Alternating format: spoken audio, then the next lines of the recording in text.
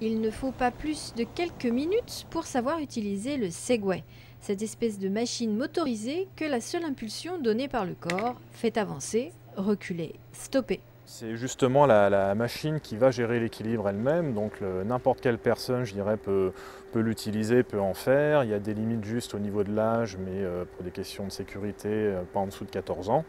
Mais après, toute personne peut l'utiliser dès l'instant où elle est capable, par exemple, de monter un escalier. On admet qu'elle peut monter sur un Segway.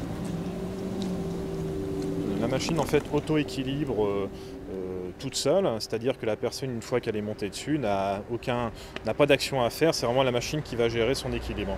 Le simple fait après de bouger le corps va permettre d'avancer ou de reculer. Par exemple, si la personne se met un petit peu en avant, elle va avancer légèrement, si elle se met un petit peu en arrière, elle va reculer ou elle va freiner. Tout l'usage du Segway repose là-dessus. Le guidon après ne sert juste à tourner et donc pouvoir se guider assez rapidement quand on se déplace en ville. Oui, ça se prend très facilement en main. Non, ça va tout seul, l'équilibre aussi.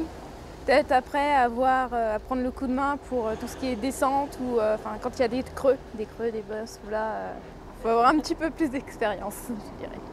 Jérôme Chamon propose depuis quelques semaines seulement la location de ces Segway pour l'événementiel, en support publicitaire, pour les entreprises, mais surtout pour des visites de 1 heure ou 2 heures du bouchon de Champagne.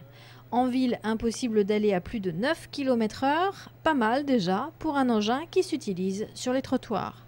C'est le seul véhicule à l'heure actuelle qui est homologué par le ministère, on va dire, qui est considéré comme piéton, donc qui peut circuler sur des trottoirs, dans des parties piétonnes, car il a la même envergure quasiment qu'un piéton et on est capable d'aller à la même vitesse qu'un piéton. Donc c'est le seul véhicule qui est vraiment autorisé à aller sur des parties piétonnes. Il vous en coûtera 25 € pour la visite du quartier cathédrale et 45 € pour le parcours des chats.